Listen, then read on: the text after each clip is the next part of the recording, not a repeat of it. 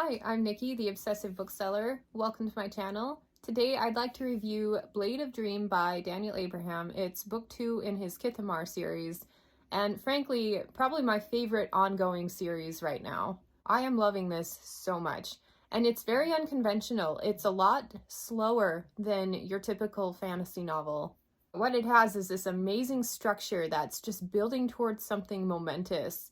So each book in the series follows along the same timeline, but each book takes a different character perspective and gives you the same events just through a different POV, which I think is brilliant. And normally I have trouble with this. If I know anything about what's coming in a book, normally I lose engagement. But we are so far removed with characters who have drastically different experiences with each one of the events that it feels like I'm reading a new book. And it's really fun because I'm trying to figure out how we get to that point within each story, and it's just superb.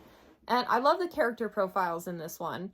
If you are not interested in these characters or what they are doing, you will not like the story at all. It is incredibly character driven. And I loved the ones we followed here, and there were even some side characters who had some of the most fascinating profiles I've seen in a while.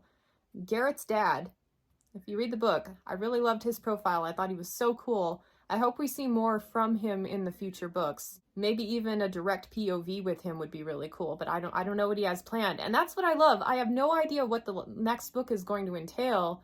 I have an idea on who would make most sense for us to follow, but yeah, it's all up in the air. I love that. I love it when books leave me coming back for more. Do I sound like I'm gushing yet? Because I really love this series.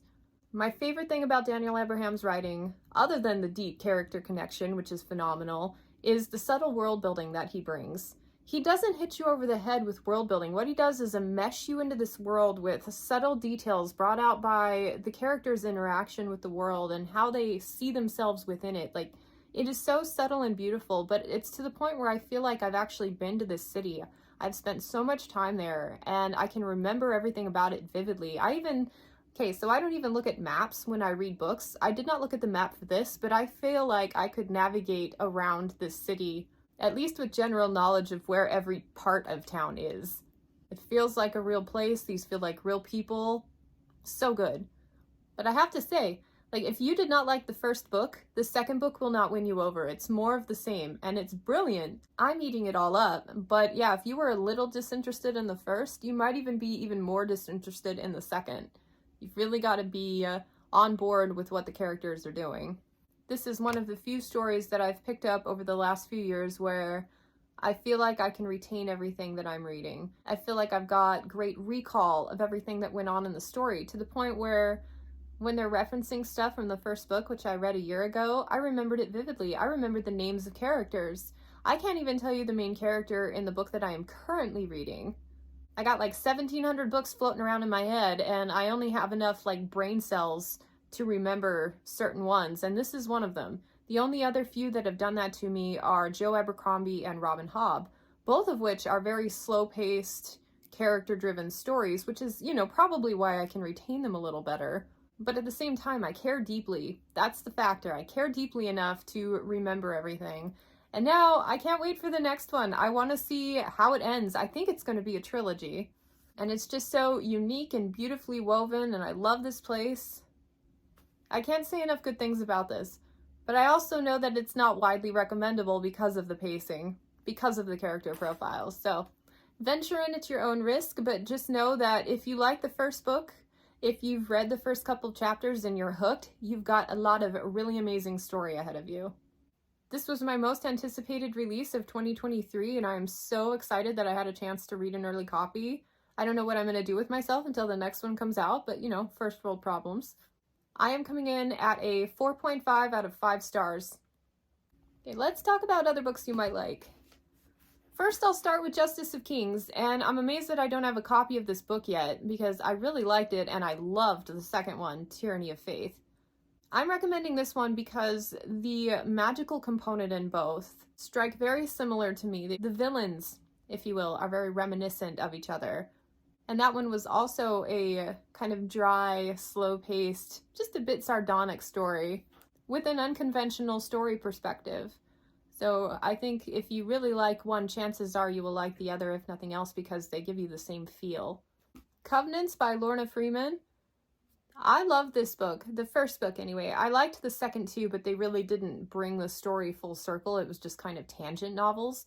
But the first book, deep connection to the characters. I thought they were so interesting. I thought the world building was immersive and subtle as well. And that's why I'm offering it as a comparison series. So if you like really character-driven stories with really unique magical twists that you haven't seen before, that's a good one to pick up. Lies of Locke Lamora by Scott Lynch. I'm recommending, this one's a lot cheekier. So if you like Age of Ash, but you want something with a little bit more humor, this is a good way to go. They both have a very urban quality to the storytelling. You feel like into the nitty-gritty of both of these cities, and that's partly why I like it. Age of Ash is more contained, like it only takes place in Kithamar, whereas this one, this series as a whole, you get to explore a little bit more. And this happens to be one of my all-time favorites, so if you haven't read it yet, give it a go. And I mentioned already Assassin's Apprentice by Robin Hobb. Age of Ash has surprisingly young characters, and so I think a little bit of the deep connection was seeing them kind of grow and learn throughout the story, and that's very much fits Chivalry's tale in this series. This one strikes me more similar with the second book, Blade of Dream, as opposed to the first one, because you get more of a royalty perspective, if you will. And also similar slow pacing, as I mentioned before. And finally, this one's kind of a gimme, but Age of Ash is not as easily recommendable as some of his other works. Start with Long Price Quartet, Shadow in Summer. This is a combination of 2 in 1. Right from the very first page in this series, I was hooked. I picked it up at a bookstore like 10 years ago and just started flipping through it, and before I know it, like a half an hour had passed and I was still standing there reading it. The subtle world building hits you over the head right from the beginning, and the deep character connections.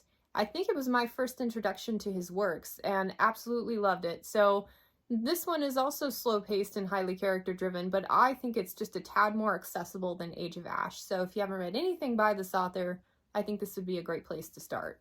And that about does it. I'd like to take a minute to thank my patrons. Thank you so much for supporting my content. You guys make this whole process so much more fun, and I'm just truly grateful. Anyway, thank you for watching, and I hope to catch you next time. Bye.